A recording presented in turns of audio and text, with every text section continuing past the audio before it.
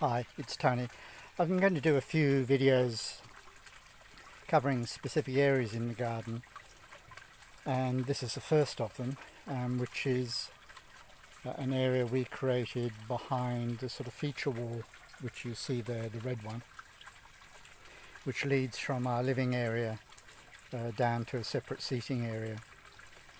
And behind the wall we wanted to create a feature, a water feature, and this was a small one to start with, and then we expanded it to what it is at the moment. So the head of the pond is this lovely wagon wheel bench for two people that we bought from our friends who run a second-hand shop the other side of Udon Thani, and fits here perfectly. They often have a coffee here in the morning. The wall sort of provides a backdrop to rocks, and we bought in all these rocks which are very hard to find in certainly our part of Isan. You can't just go to a garden centre and order rocks, or if you could do that, they would be incredibly expensive because they cost them per kilo here.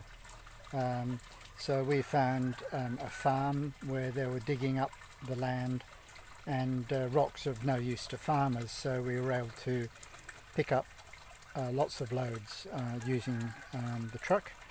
Hard work, but well worth the effort. So these are the rocks you see here. Add to that some lovely tropical plants and a pot or two and a few of Gun's rabbits, and you then have a feature. The pond itself quite small, although as I say it's double the size that it originally was.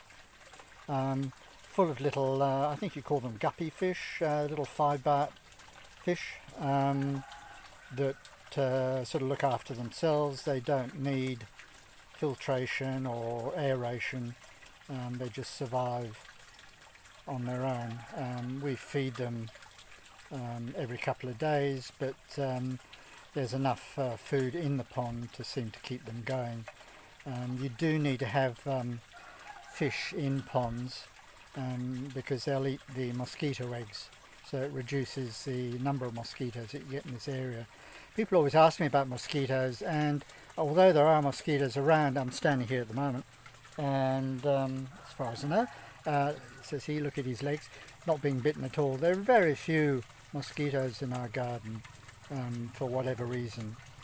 But if sitting, particularly early morning or at dusk, I'll put on some cream just to be sure. So we have a couple of pumps in this pond which aren't on all the time. There's the one at the front here, just to add a bit of sound and character. And then as we move down the pond, we created this water feature, which is lots of little broken pots, handmade pots, and we picked these up again from the second-hand shop in the other side of Udon, and then added to make it a water feature, which is what you can see happening here. And once again, adding what you want, lovely water sounds in this sort of environment.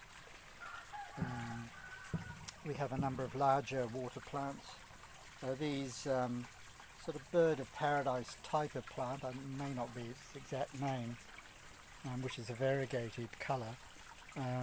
These will work on dry land or actually sitting in water like this one here, and then panning around, looking back to the seat at the end.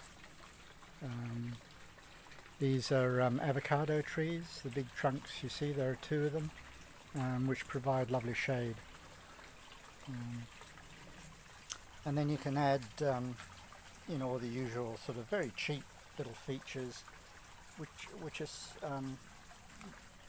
which really I think work in this sort of environment. They're a bit kitsch, but they sort of they age over time and get to look old and worn, which is what you want. So We have a number of them here just to add extra features and interest to the whole area. There's our lovely brick paths, handmade brick paths running through here, and an umbrella to give some early morning shade. This faces east.